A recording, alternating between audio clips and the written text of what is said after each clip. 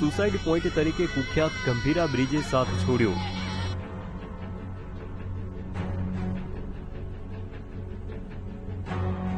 તૂટતા તૂટતા પણ લોકોના ભોગ લીધા। મુજપુર પાસેનો ગંભીરા બ્રિજ તૂટી પડતા 4 વાહનો મહીસાગર નદીમાં ખાબક્યા, જેમાં 13 લોકોના મોત નીપજ્યા, જ્યારે 8 થી વધુ લોકોનું રેસ્ક્યુ કરવામાં આવ્યું। ઘણા લોકો અંદર મોતને ભેટ્યા હોવાના સમાચાર છે। સતત રેસ્ક્યુ ઓપરેશન ચાલી રહ્યું છે।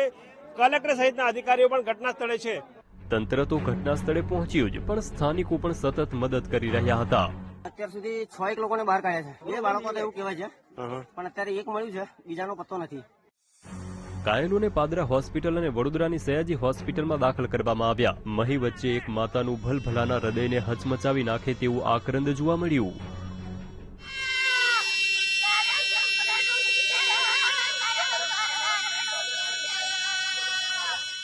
ભાસ્કરે આ મહિલા સાથે વાત પણ કરી। એક જ પરિવારના 7 સભ્યો બગદાણા જતા હોવાનું કહ્યું।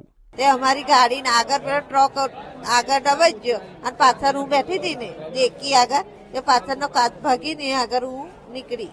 2 વર્ષનો બાબો અને 6 વર્ષની બાબી છોકરી। બાકી રહેલો બ્રિજ પણ ખખડધજ હાલતના બોલતા પુરાવા આપી રહ્યો છે।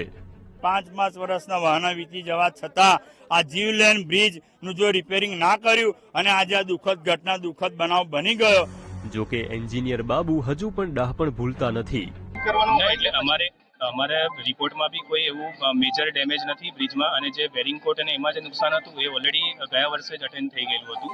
બીજી તરફ પીએમએ મૃતકોના પરિવારજનોને 2 લાખ અને ઘાયલોને 50,000ની સહાય જાહેર કરી, તો સીએમએ પણ દુઃખ વ્યક્ત કરી સહાયની જાહેરાત કરી।